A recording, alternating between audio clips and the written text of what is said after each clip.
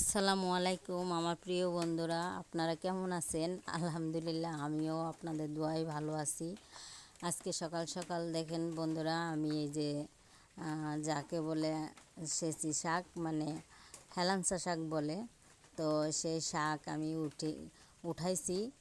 আমাদের আশেপাশে মানে শাক হয়ে আছে, ওখান থেকে আমি শাকগুলা উঠাইছি। দেখেন বন্ধুরা, এই শাক আজকে ভাজি করব। আর দেখেন দেখতে কেমন, কত সুন্দর। দেখেন শাক ধুয়ে আমি পরিষ্কার করে নিয়ে আসছি। আর এই যে পাতা দিয়ে রান্না করব, আমরা গ্রামের মানুষ, তো পাতা দিয়ে রান্না করতে দুধ চুলায় খুব ভালো হয়, সেজন্য আমি পাতা দিয়ে রান্না করি। আর পুঁটি মাছ আর ঝিঙা কেটে নিয়েছি। আর যে দেখেন সব গুছিয়ে আমি এখানে চুলা পাড়ে নিয়ে আসছি। অবশ্য শাক ভাজি করব আর পুঁটি মাছ রান্না করব। দেখেন পর্যাপ্ত পরিমাণে তেল আমি কড়াইতে দিয়ে দিয়েছি অবশ্য এই শাক ভাজি করার জন্য বন্ধুরা। আর এখন আমি কেটে রেখেছি পেঁয়াজ, কাঁচামরিচ আর রসুন, এগুলো আমি আস্তে আস্তে দেখেন একে একে দিয়ে দিলাম তেলের ভিতরে। তেলটা যখন একটু, পেঁয়াজ রসুনটা যখন একটু লাল লাল ভাজা হবে, তখন আমি শাকগুলা এর ভিতরে দিয়ে দিব। আর এভাবে শাক ভাজি করলে বন্ধুরা সেই ভালো লাগে। একবার আপনারা খেয়ে দেখবেন। দেখেন আমি শাকগুলা দিয়ে দিয়েছি। আর এভাবে শাক ভাজি করলে যে এত ভালো লাগে, আপনারা একবার হলেও ট্রাই করে দেখবেন। দেখেন বন্ধুরা, এই যে শাক আমি ভাজি করতেছি। আর এভাবে শাক খেতে খুব ভারী মজা হয়। আমার শাক অবশ্য হয়ে গেছে, এখন শাক উঠায় ফেললেই হয়ে যায়। আপনারাও এভাবে ভাজি করে খেয়ে দেখবেন, খেয়ে আমাকে কমেন্টে জানাবেন কেমন হলো। কমেন্টে না জানালে তো আর আমি বুঝবো না, আমাকে বলতে হবে যে কেমন হয়েছে। আর এই যে দেখেন আমি পুঁটি মাছ কেটে ধুয়ে পরিষ্কার করে রেখেছি। এখন আমার ওই চুলায় ভাত হচ্ছে, এই জন্য আমি আগে তরকারিটা বসাই দিচ্ছি, পরে মাছ ভাজি করে পরে দিয়ে দিব ভাত হয়ে গেলে। দেখেন আমি এখানে পেঁয়াজ আর কাঁচামরিচ দিয়ে দিলাম তেলের ভিতরে।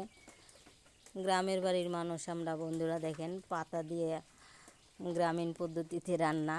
আর এটা এই গ্রামের সবাই রান্না করে পাতা দিয়ে। দিয়ে দিলাম হলুদ, লবণ আর সামান্য পরিমাণে জিরা আর ধনিয়ার গুঁড়ি।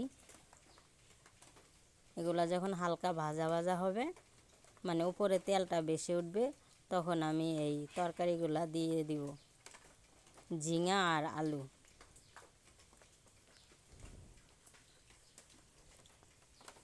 দেখেন বন্ধুরা, আমি তরকারিগুলো দিয়ে লাড়া দিয়েছি, লাড়া দিয়ে এখন এই দেখেন ঢাকন দিয়ে ডেকে দিচ্ছি। আর এইভাবে মাছগুলো আমি হলুদ লবণ মেখে রাখছি, আর যে কড়াইতে তেল দিয়ে দিয়েছি। এখন আমি সেই মাছগুলা ভাজি করব। আপনারা আমাকে বলতে পারেন যে তুমি এই কড়াইতে কেন মাছ ভাজি করো। আর এই কড়াইটা আমি ইচ্ছে করেই কালো করেছি, কারণ এটাই মাছ ভাজি করলে যে কোনো মাছ খুব সুন্দরভাবে উল্টে আর কোনোভাবে লেগে ধরে না, খুব ভালো হয়।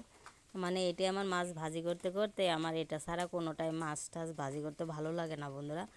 দেখেন কি সুন্দরভাবে মাছ ভাজাগুলো উল্টে গেল। দেখেন এই জন্য আমি এই কড়াইটা ছাড়তে পারি না, কড়াইটার উপর আমার খুব মায়া। তো এই যে আমার মাছ ভাজি হয়ে গেল, ওদিক দিয়ে আমার তরকারি আরেক চুলাই হচ্ছে। এখন আমি এই মাছ ভাজিগুলো তরকারির ভিতরে দিয়ে দিব বন্ধুরা। এই যে দেখেন আমি তরকারির ভিতরে মাছ ভাজিগুলো দিয়ে দিলাম। আর আমি গ্রামের মানুষ বন্ধুরা, এত সুন্দরভাবে কথা বলতে পারি না। যদি কথায় কোনো ভুল হয় আপনারা ক্ষমার দৃষ্টিতে দেখবেন। আর নিজেদের মনে করে আমাকে সামনের দিকে আগানোর জন্য সাহায্য করবেন। আমার ভিডিওগুলো দেখবেন,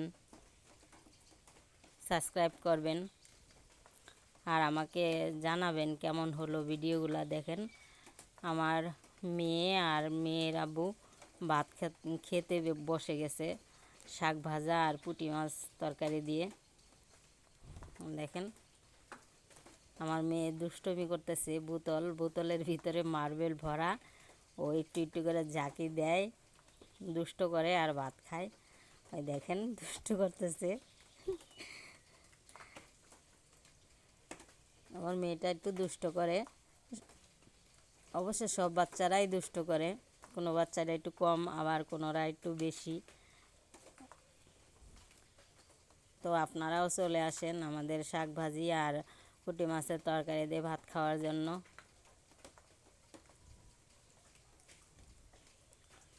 বন্ধুরা, আমার এই ভিডিও দেখে যদি আপনাদের একটু ভালো লাগে, তাহলে আমার চ্যানেলটা নতুন, তো সেই হিসেবে আপনারা আমার চ্যানেলটা সাবস্ক্রাইব করবেন, শেয়ার করবেন, লাইক করবেন, বেল বাটন